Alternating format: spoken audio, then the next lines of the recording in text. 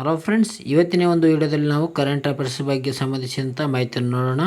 ನೀವೇನಾದರೂ ನಮ್ಮ ಚಾನಲ್ಗೆ ಹೊಸಬರಾದರೆ ಬೇಗನೆ ಸಬ್ಸ್ಕ್ರೈಬ್ ಮಾಡಿ, ಬೆಲ್ಲೈಕನ್ ಪ್ರೆಸ್ ಮಾಡಿ. ಹಾಗಾದರೆ ಬನ್ನಿ ಫ್ರೆಂಡ್ಸ್, ಸ್ಟಾರ್ಟ್ ಮಾಡೋಣ. ಮೊದಲನೇದಾಗಿ 2025ನೇ ಸಾಲಿನ ಏಷ್ಯಾ ಕಪ್ ಹಾಕಿ ಚಾಂಪಿಯನ್ಶಿಪ್ ತಂಡ ಯಾವುದು? ಇದಕ್ಕೆ ಸರಿಯಾದ ಉತ್ತರ ಆಪ್ಷನ್ಸ್ ಬಿ ನೋಡಿ, ನಮ್ಮ ಭಾರತ ದೇಶ ಅಂತ ನಾವು ಹೇಳ್ಬೋದು. ಇಲ್ಲಿ ನ್ಯೂಸಲ್ಲಿ ಕೊಟ್ಟಿದೆ ನೋಡಿ, ಭಾರತಕ್ಕೆ ಏಷ್ಯಾ ಹಾಕಿ ಕಪ್ ಅಂತ ನ್ಯೂಸಲ್ಲಿ ಕೊಟ್ಟಿತ್ತು. ಇದರ ಬಗ್ಗೆ ಮಾಹಿತಿಯನ್ನು ನೋಡೋಣ. ಭಾರತ ತಂಡ ಏನು ಮಾಡಿದೆ ಅಂದರೆ, ಭಾರತದ ಹಾಕಿ ತಂಡವು 2025ನೇ ಸಾಲಿನ ಏಷ್ಯಾ ಕಪ್ ಹಾಕಿ ಗೆದ್ದುಕೊಂಡಿದೆ. ಇದನ್ನು 2017ರ ನಂತರ ಮೊದಲ ಬಾರಿಗೆ ಹರ್ಮನ್ಪ್ರೀತ್ ಸಿಂಗ್ ನೇತೃತ್ವದ ತಂಡ ಏಷ್ಯಾ ಹಾಕಿ ಕಪ್ ಗೆದ್ದುಕೊಂಡಿದ್ದು ಮೊದಲ ಬಾರಿ ಆಗಿದೆ ನೋಡಿ. ಅಂದರೆ 2017ರ ನಂತರ ಯಾವುದೇ ರೀತಿಯಾದಂಥ ಒಂದು ಏಷ್ಯಾ ಕಪ್ ಹಾಕಿ ಟೂರ್ನಿಯಲ್ಲಿ ಜಯವನ್ನು ಗಳಿಸಿರಲಿಲ್ಲ.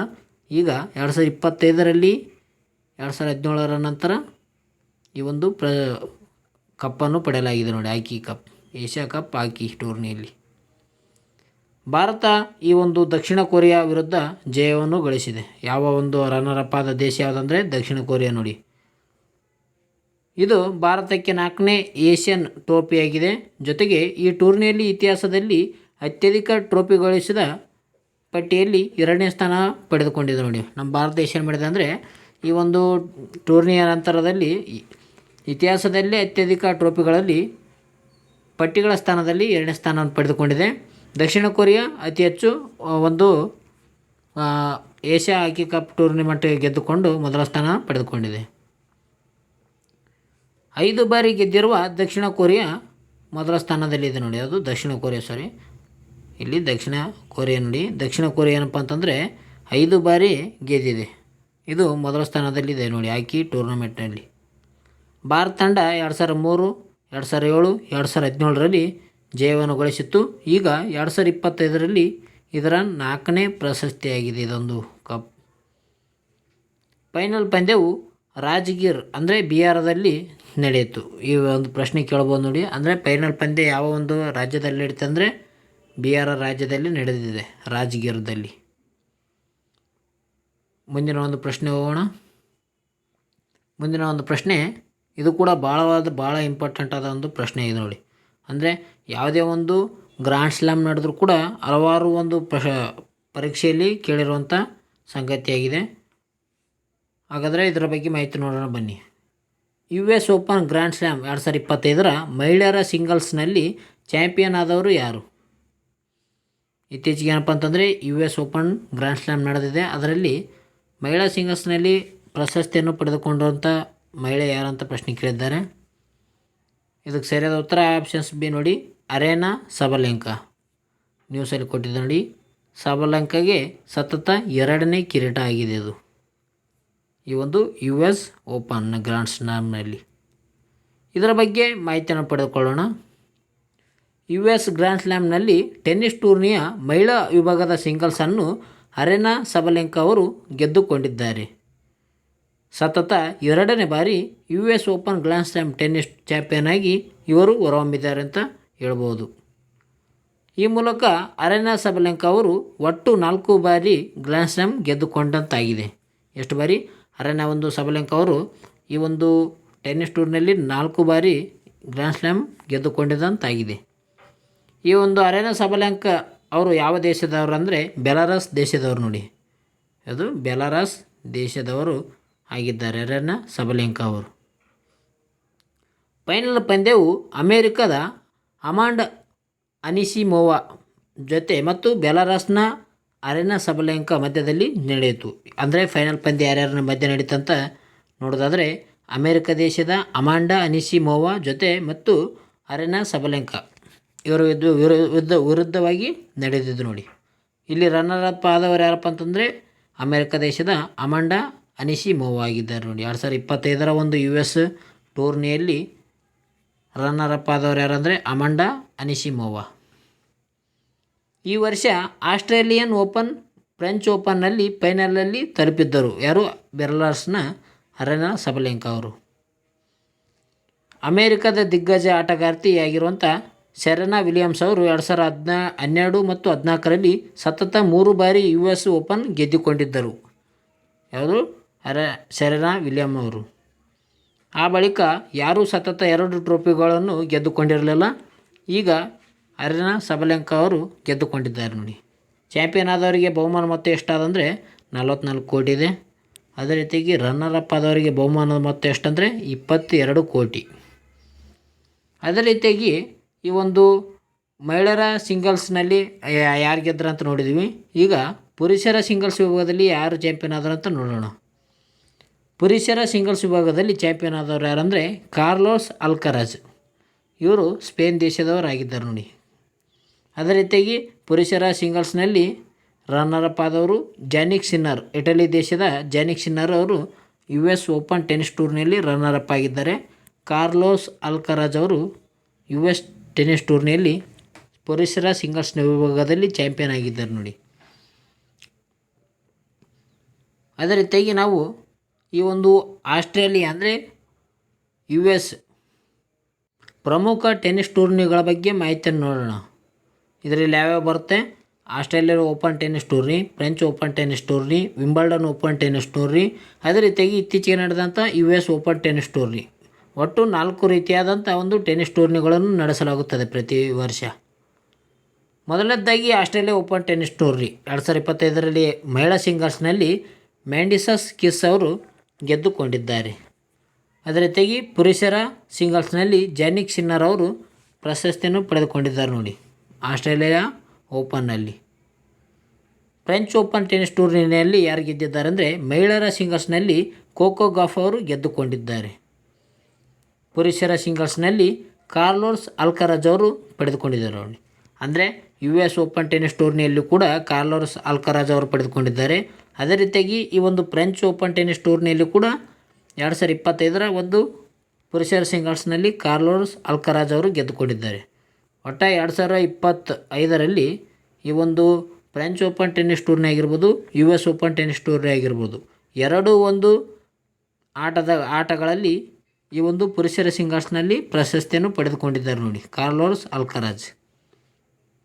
ವಿಂಬಲ್ಡನ್ ಓಪನ್ ಟೆನ್ನಿಸ್ ಟೂರ್ನಿ 2025ರಲ್ಲಿ ಯಾರಪ್ಪ ಪಡೆದುಕೊಂಡಿದ್ದಾರೆ ಅಂತ ನೋಡೋದಾದರೆ ಮಹಿಳಾ ಸಿಂಗಲ್ಸ್ನಲ್ಲಿ ಈಗ ಸ್ವಿಯಾಟೆಕ್ ಅವರು ಪಡೆದುಕೊಂಡಿದ್ದಾರೆ.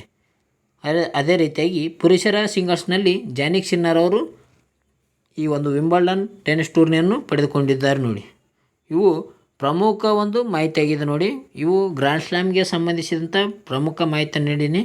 ನಿಮಗೇನಾದರೂ ಇದು ಇಷ್ಟ ಆಗಿತ್ತು ಅಂದರೆ ನಮ್ಮ ಲೈಕ್ ಬಟನ್ನ ಪ್ರೆಸ್ ಮಾಡಿ. ಓಕೆ, ನಮ್ಮ ಚಾನಲ್ಗೆ ಯಾರು ಹೊಸಬರು ಇದ್ದರೂ ಅವರು ಕೂಡ ಸಬ್ಸ್ಕ್ರೈಬ್ ಆಗಿ ಬೇಗನೆ. ಮುಂದಿನ ಒಂದು ಪ್ರಶ್ನೆ ಹೋಗೋಣ. ಮುಂದಿನ ಒಂದು ಪ್ರಶ್ನೆ ನೋಡೋಣ. ಇತ್ತೀಚೆಗೆ ಯಾವ ಸಂಸ್ಥೆಯು ಭಾರತಿ ಎಂಬ ಉಪಕ್ರಮವನ್ನು ಪ್ರಾರಂಭಿಸಿದೆ? ಇದಕ್ಕೆ ಸರಿಯಾದ ಉತ್ತರ ಆಪ್ಷನ್ಸ್ 1 ನೋಡಿ, ಅಪೇಡಾ ಅಂತ ಹೇಳ್ತೀನಿ. ಇದರ ಬಗ್ಗೆ ಮಾಹಿತಿ ನೋಡೋದಾದರೆ ಇತ್ತೀಚೆಗೆ ಕೃಷಿ ಮತ್ತು ಸಂಸ್ಕರಿಸಿದ ಆಹಾರ ಉತ್ಪನ್ನಗಳ ರಫ್ತು ಅಭಿವೃದ್ಧಿ ಪ್ರಾಧಿಕಾರ ಅಂದರೆ agricultural and processed food product export development authority ಅಂತ ಹೇಳ್ತೀವಿ ನಾವು. ಇದು ತನ್ನ ಹೊಸ ಉಪಕ್ರಮ ಆಗಿರುವಂಥ ಭಾರತಿಯನ್ನು ಪ್ರಾರಂಭಿಸಿದೆ ನೋಡಿ. ಕೃಷಿ ಮತ್ತು ಸಂಸ್ಕರಿಸಿದ ಆಹಾರ ಉತ್ಪನ್ನ ರಫ್ತು ಅಭಿವೃದ್ಧಿ ಪ್ರಾಧಿಕಾರ. ಭಾರತಿ ಎಂದರೇನಂತ ನೋಡೋದಾದರೆ Bharat hub for agritech, reliance advanced and incubation for export enablement ಅಂತ ಹೇಳ್ತೀವಿ ನೋಡಿ. ಇದು ಭಾರತೀಯ ವಿಸ್ತೃತ ರೂಪ ಆಗಿದೆ. ಅದೇ ರೀತಿಯಾಗಿ ಇದು ಕೃಷಿ ಆಹಾರ ಮತ್ತು ಕೃಷಿ ತಂತ್ರಜ್ಞಾನದ ನವೋದ್ಯಮಗಳನ್ನು ಸಬಲೀಕರಣಗೊಳಿಸಿ ಅವುಗಳ ಪ್ರಮಾಣವನ್ನು ವೇಗವಾಗಿಗೊಳಿಸಲು, ನಾವೀನ್ಯತೆಯನ್ನು ಉತ್ತೇಜಿಸಲು ಮತ್ತು ಯುವ ಉದ್ಯಮಿಗಳಿಗೆ ಹೊಸ ರಫ್ತು ಅವಕಾಶಗಳನ್ನು ಸೃಷ್ಟಿಸಲು ಇದನ್ನು ವಿನ್ಯಾಸಗೊಳಿಸಲಾಗಿದೆ. ಈ ಒಂದು ಯಾವ ರೀತಿಯಾಗಿ ಭಾರತೀಯ ಎಂಬ ಒಂದು ಯೋಜನೆ ಯಾಕೆ ಜಾರಿ ಮಾಡಿದ್ದಾರೆ ಅಂದರೆ ನವ ಉದ್ಯಮಿಗಳಿಗೆ ಸಬಲೀಕರಣಗೊಳಿಸಬಹುದಾಗಿರ್ಬೋದು. ಅದೇ ರೀತಿಯಾಗಿ ಇದರ ಒಂದು ಪ್ರಯಾಣವನ್ನು ವೇಗಗೊಳಿಸೋದಾಗಿರ್ಬೋದು. ಯುವ ಉದ್ಯಮಿಗಳಿಗೆ ಹೊಸ ರಫ್ತು ಅವಕಾಶಗಳನ್ನು ಸೃಷ್ಟಿಸಲು ಇದನ್ನು ವಿನ್ಯಾಸಗೊಳಿಸಲಾಗಿದೆ ನೋಡಿ. 2030 ವೇಳೆಗೆ ಅನುಸೂಚಿತ ಕೃಷಿ ಆಹಾರ ರಫ್ತಿನಲ್ಲಿ 50% ಬಿಲಿಯನ್ ಸಾಧಿಸುವುದು ಅಪೇಡ್ನ ಗುರಿಯಾಗಿದೆ. ಅದಕ್ಕಾಗಿ ಏನು ಮಾಡಿದೆ ಅಂದರೆ ಈ ಒಂದು ಭಾರತಿ ಎಂಬ ಒಂದು ಉಪಕ್ರಮವನ್ನು ಪ್ರಾರಂಭಿಸಿದೆ. ಯಾವುದು? ಅಪೇಡ್. ಮುಂದಿನ ಒಂದು ಪ್ರಶ್ನೆ ಹೋಗೋಣ. ಮುಂದಿನ ಒಂದು ಪ್ರಶ್ನೆ, ಭಾರತದ ಮೊದಲ ಸ್ವದೇಶಿ ನಿರ್ಮಿತ ಮೈಕ್ರೋ ಪ್ರೊಸೆಸರ್ ಹೆಸರೇನು? ಇದಕ್ಕೆ ಸರಿಯಾದ ಉತ್ತರ ಇದು ವಿಕ್ರಮ್ 3201 ನೋಡಿ ಸರಿಯಾದ ಉತ್ತರ. ದೇಶದ ಮೊದಲ 32 ಬಿಟ್ ಮೈಕ್ರೋ ಪ್ರೊಸೆಸರ್ ಚಿಪ್ ವಿಕ್ರಮ್ 32 ಬಿಟ್ ಯೋಜನೆ ಬಿಡುಗಡೆ. ಇದರ ಬಗ್ಗೆ ಮಾಹಿತಿಯನ್ನು ನೋಡೋಣ. ಭಾರತದ ಪ್ರಧಾನಮಂತ್ರಿ ಅವರು ಭಾರತದ ಮೊದಲ ಸ್ಥಳೀಯವಾಗಿ ಅಭಿವೃದ್ಧಿಪಡಿಸಿದ ಸೆಮಿಕಂಡಕ್ಟರ್ ಅಂದರೆ ವಿಕ್ರಮ್ 32 ಬಿಟ್ ಮೈಕ್ರೋ ಪ್ರೊಸೆಸರನ್ನು ಸೆಮಿಕಾನ್ ಇಂಡಿಯಾ 2025ರಲ್ಲಿ ಅನಾವರಣಗೊಳಿಸಿದರು. ಇತ್ತೀಚೆಗೆ ಏನು ಮಾಡಿದ್ದಾರೆ ಅಂದರೆ ಪ್ರಧಾನಿ ಮೋದಿಯವರು ಇದನ್ನು ಸೆಮಿಕಂಡಕ್ಟರ್ ವಿಕ್ರಮ್ 32 ಬಿಟ್ಟನ್ನು ಇತ್ತೀಚೆಗೆ ಸೆಮಿಕಾನ್ ಇಂಡಿಯಾದಲ್ಲಿ ಅನಾವರಣಗೊಳಿಸಿದ್ದಾರೆ. ಸೆಮಿಕಾನ್ ಇಂಡಿಯಾ 2025 ನವದೆಹಲಿಯಲ್ಲಿ ನಡೆದಿದೆ ನೋಡಿ. ಈ ಒಂದು ಕಾರ್ಯಕ್ರಮ ಎಲ್ಲಿ ನಡೀತೆ ಅಂದರೆ ನವದೆಹಲಿಯಲ್ಲಿ ನಡೆದಿದೆ. ಏನಪ್ಪ ಈ ಒಂದು ವಿಕ್ರಮ್ 32 ಚಿಪ್ ಅಂತ ನೋಡೋದಾದರೆ, ಅಧಿಕೃತವಾಗಿ ವಿಕ್ರಮ್ 3201 ಎಂದು ಇದಕ್ಕೆ ಕರೀತಾರೆ ನೋಡ್ರಿ. ಅಂದರೆ ವಿಕ್ರಮ್ 3201 ಅಂತ ಇದು ಕರೀತಾರೆ. ಇದು ವಿಕ್ರಮ್ 32 ಬಿಟ್ ಮೈಕ್ರೋ ಪ್ರೊಸೆಸರ್ ಆಗಿದೆ. ಜೊತೆಗೆ ಇದನ್ನು ವಿಕ್ರಮ್ ಸಾರಾಭಾಯಿ ಬಾಹ್ಯಾಕಾಶ ಕೇಂದ್ರ ಅಭಿವೃದ್ಧಿಪಡಿಸಿದೆ. ಇದು ಇಂಪಾರ್ಟೆಂಟ್. ಅಂದರೆ ವಿಕ್ರಮ್ ಸಾರಾಭಾಯಿ ಬಾಹ್ಯಾಕಾಶ ಕೇಂದ್ರ ಏನು ಮಾಡಿದೆ ಅಂದರೆ ಈ ಒಂದು ವಿಕ್ರಮ್ 3201 ಎಂಬ ಒಂದು ಹೆಸರಿನ ಮೈಕ್ರೋ ಪ್ರೊಸೆಸರನ್ನು ಅಭಿವೃದ್ಧಿಪಡಿಸಿದೆ. ಪಂಜಾಬ್ನ ಮಾಲಿಯಲ್ಲಿರುವ ಇಸ್ರೋದ ಸೆಮಿಕಂಡಕ್ಟರ್ ಲ್ಯಾಬೋರೇಟರಿಯಲ್ಲಿ ತಯಾರಿಸಲಾಗಿದೆ. ಇದನ್ನು ಎಲ್ಲಿ ಪಂಜಾಬ್ದ ಒಂದು ಲ್ಯಾಬೋರೇಟರಿಯಲ್ಲಿ ತಯಾರಿಸಲಾಗಿದೆ ನೋಡಿ, ಲ್ಯಾಬೋರೇಟರಿಯಲ್ಲಿ. ಇದನ್ನು 2009ರಿಂದ ಇಸ್ರೋದ ಉಡಾವಣಾ ವಾಹನಗಳಲ್ಲಿ ಬಳಸಲಾದ 16 ಬಿಟ್ ವಿಕ್ರಮ್ 1601 ಆಧರಿಸಿ ಇದನ್ನು ನಿರ್ಮಿಸಲಾಗಿದೆ. ಅಂದರೆ 2009ರಲ್ಲಿ ಏನು ಮಾಡಿದ್ದಾರೆ ಅಂದರೆ ಇಸ್ರೋದ ಉಡಾವಣಾ ವಾಹನಗಳಲ್ಲಿ ಬಳಕೆ ಮಾಡಲಾಗ್ತಿತ್ತು ಏನಂತ ವಿಕ್ರಮ್ 1601. ಅದನ್ನು ಆಧರಿಸಿಗಳಿಂದ ಏನು ಮಾಡಿದ್ದಾರೆ ಅಂದರೆ ವಿಕ್ರಮ್ 3201 ಮೈಕ್ರೋ ಪ್ರೊಸೆಸರನ್ನು ಅಭಿವೃದ್ಧಿಪಡಿಸಲಾಗಿದೆ. 180 ಪ್ರಕ್ರಿಯೆಯ ಮೂಲಕ ತಯಾರಿಸಲಾದ ಈ ಚಿಪ್ಪನ್ನು 2024ರಲ್ಲಿ PSLV C60 ಮಿಷನ್ನಲ್ಲಿ ಬಳಸಲಾಗಿತ್ತು. ಯಾವಾಗ 2024ದಾಗ ಏನು ಮಾಡಿದ್ದಾರೆ ಅಂದರೆ ಇದನ್ನು PSLV C16 ಎಂಬ ಒಂದು ಮಿಷನ್ನಲ್ಲಿ ಇದನ್ನು ಬಳಕೆ ಮಾಡಲಾಗಿತ್ತು. ಈಗ ಏನು ಮಾಡಿದ್ದಾರೆ ಅಂದರೆ ಹೊಸ ಒಂದು ಮೈಕ್ರೋ ಪ್ರೊಸೆಸರನ್ನು ತಯಾರಿಸಲಾಗಿದೆ. ಯಾವುದು ವಿಕ್ರಮ್ 3201. ಮುಂದಿನ ಒಂದು ಪ್ರಶ್ನೆ ಹೋಗೋಣ. ಮುಂದಿನ ಒಂದು ಪ್ರಶ್ನೆ, ಜಾಗತಿಕ ಶಾಂತಿ ಸೂಚ್ಯಂಕ 2025ರಲ್ಲಿ ಭಾರತದ ಸ್ಥಾನ ಎಷ್ಟು? ಸರಿಯಾದ ಉತ್ತರ ಆಪ್ಷನ್ಸ್ 1 ನೋಡಿ 115. ಜಾಗತಿಕ ಶಾಂತಿ ಸೂಚ್ಯಂಕದಲ್ಲಿ ಭಾರತ ದೇಶದ ಒಂದು ಸ್ಥಾನ ಎಷ್ಟಂದರೆ 115ನೇ ಸ್ಥಾನ ಪಡೆದುಕೊಂಡಿದೆ ನೋಡಿ. ಇತ್ತೀಚೆಗೆ ಜಾಗತಿಕ ಶಾಂತಿ ಸೂಚ್ಯಂಕ 2025 ಬಿಡುಗಡೆ ಮಾಡಲಾಗಿದೆ. ಇದನ್ನು 2007ರಿಂದ institute for economics and peace ಎಂಬ ಸಂಸ್ಥೆಯು ಬಿಡುಗಡೆ ಮಾಡಿದೆ. ಇದನ್ನು ಅದು 2007ರಿಂದ ಈ ಒಂದು ಸಂಸ್ಥೆ ಏನು ಮಾಡಿದೆ ಅಂದರೆ ಈ ಒಂದು ಜಾಗತಿಕ ಶಾಂತಿ ಸೂಚ್ಯಂಕವನ್ನು ಬಿಡುಗಡೆ ಮಾಡಿದೆ. ಭಾರತ 165 ದೇಶಗಳಲ್ಲಿ 115ನೇ ಸ್ಥಾನ ಪಡೆದುಕೊಂಡಿದೆ. ಭಾರತವೇನು ಮಾಡಿದೆ ಅಂದರೆ 165 ದೇಶಗಳಲ್ಲಿ 115ನೇ ಸ್ಥಾನವನ್ನು ಪಡೆದುಕೊಂಡಿದೆ. ಇದು 2025ರಲ್ಲಿ ಎಷ್ಟಂದರೆ 116ನೇ ಸ್ಥಾನ ಪಡೆದುಕೊಂಡಿತ್ತು. ಈಗ ಒಂದು ಸ್ಥಾನ ಇಳಿಕೆ ಆಗಿದೆ ನೋಡಿ, 115ನೇ ಸ್ಥಾನ ಪಡೆದುಕೊಂಡಿದೆ 2025ರಲ್ಲಿ. ಅದೇ ರೀತಿಯಾಗಿ ನಮ್ಮ ನೆರೆಯ ಒಂದು ರಾಷ್ಟ್ರಗಳಾಗಿರುವಂಥ ಬಾಂಗ್ಲಾದೇಶ 123ನೇ ಸ್ಥಾನದಲ್ಲಿದೆ, ಪಾಕಿಸ್ತಾನ 144ನೇ ಸ್ಥಾನದಲ್ಲಿದೆ, ಅಫ್ಘಾನಿಸ್ತಾನ 158ಕ್ಕಿಂತ ಭಾರತ ಉತ್ತಮ ಸ್ಥಾನವನ್ನು ಪಡೆದುಕೊಂಡಿದೆ ನೋಡಿ. ಅಗ್ರಸ್ಥಾನ ಯಾವ್ಯಾವ ದೇಶ ಇದ್ದಾವಪ್ಪ ಅಂತ ನೋಡೋದಾದರೆ ಐಸ್ಲ್ಯಾಂಡ್ ಮೊದಲ ಸ್ಥಾನದಲ್ಲಿದೆ, ಐರ್ಲ್ಯಾಂಡ್ 2ನೇ ಸ್ಥಾನ, ನ್ಯೂಜಿಲ್ಯಾಂಡ್ 3ನೇ ಸ್ಥಾನ, ಆಸ್ಟ್ರೇಲಿಯಾ ಇದು 4ನೇ ಸ್ಥಾನ ಪಡೆದುಕೊಂಡಿದೆ.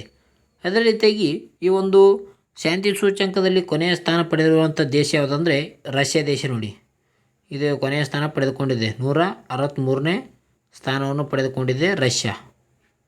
ಇದು ಜಾಗತಿಕ ಶಾಂತಿ ಸೂಚ್ಯಂಕದಲ್ಲಿ ಕೊನೆಯ ಸ್ಥಾನ ಪಡೆದಂತಾಗಿದೆ ರಷ್ಯಾ ದೇಶ. ಅದೇ ರೀತಿಯಾಗಿ institution for economics and peace ಅದರ ಬಗ್ಗೆ ಮಾಹಿತಿಯನ್ನು ನೋಡೋಣ. ಇದು ಆಸ್ಟ್ರೇಲಿಯಾದ ಸಿಡ್ನಿಯಲ್ಲಿ ಪ್ರಧಾನ ಕಚೇರಿಯನ್ನು ಹೊಂದಿರುವ ಜಾಗತಿಕ ಚಿಂತಕರ ಚಾವಡಿಯಾಗಿದೆ ನೋಡಿ. ಅದು institution for economics and peace ಎಂಬುದು ಏನಪ್ಪ ಅಂತಂದರೆ ಈ ಒಂದು ಸಂಸ್ಥೆ ಆಸ್ಟ್ರೇಲಿಯಾದಲ್ಲಿ ಸಿಡ್ನಿಯಲ್ಲಿ ಪ್ರಧಾನ ಕಚೇರಿಯನ್ನು ಹೊಂದಿದೆ. ಇದನ್ನು ಜಾಗತಿಕ ಚಿಂತಕರ ಚಾವಡಿ ಎಂದು ಕರೆಯುತ್ತಾರೆ. ಇದು ಬಿಡುಗಡೆ ಮಾಡುವ ಒಂದು ಸೂಚ್ಯಂಕ ಯಾವ್ಯಾವಪ್ಪ ಅಂತಂದರೆ ಜಾಗತಿಕ ಶಾಂತಿ ಸೂಚ್ಯಂಕ, ಅದೇ ರೀತಿಯಾಗಿ ಜಾಗತಿಕ ಭಯೋತ್ಪಾದನಾ ಸೂಚ್ಯಂಕ. ಈ ಒಂದು ಸೂಚ್ಯಂಕವನ್ನು ಬಿಡುಗಡೆ ಮಾಡುತ್ತದೆ. ಓಕೆ ಫ್ರೆಂಡ್ಸ್, ಈ ವಿಡಿಯೋ ನಿಮಗೆ ಇಷ್ಟ ಆಯ್ತು ಅಂದರೆ ಬೇಗನೆ ನಮ್ಮ ಚಾನಲ್ ಸಬ್ಸ್ಕ್ರೈಬ್ ಆಗಿ. ಯಾಕಂದರೆ ನಾವು ಹಲವಾರು ರೀತಿಯಲ್ಲಿ ಒಂದು ಉಪಯುಕ್ತವಾದ ಒಂದು ಮಾಹಿತಿಯನ್ನು ನಿಮ್ಮ ಮುಂದೆ ತರುತ್ತಾ ಇರ್ತೀನಿ. ನೀವೇನಾದರೂ ನಮ್ಮ ಚಾನಲ್ ಹೊಸಬರಿದ್ದರೆ ಬೇಗನೆ ಸಬ್ಸ್ಕ್ರೈಬ್ ಮಾಡಿ, ಬೆಲ್ ಐಕಾನ್ ಪ್ರೆಸ್ ಮಾಡಿ. ಜೊತೆಗೆ ಈ ವಿಡಿಯೋ ಏನಾದರೂ ನಿಮ್ಗೆ ಇಷ್ಟ ಆಗಿತ್ತಂದರೆ ಒಂದು ಲೈಕ್ ಬಟನ್ನ ಪ್ರೆಸ್ ಮಾಡಿ. ಓಕೆ ಫ್ರೆಂಡ್ಸ್, ಮುಂದಿನ ವಿಡಿಯೋದಲ್ಲಿ ಸಿಗೋಣ. ಎಲ್ಲರಿಗೂ ಬಾಯ್ ಫ್ರೆಂಡ್ಸ್.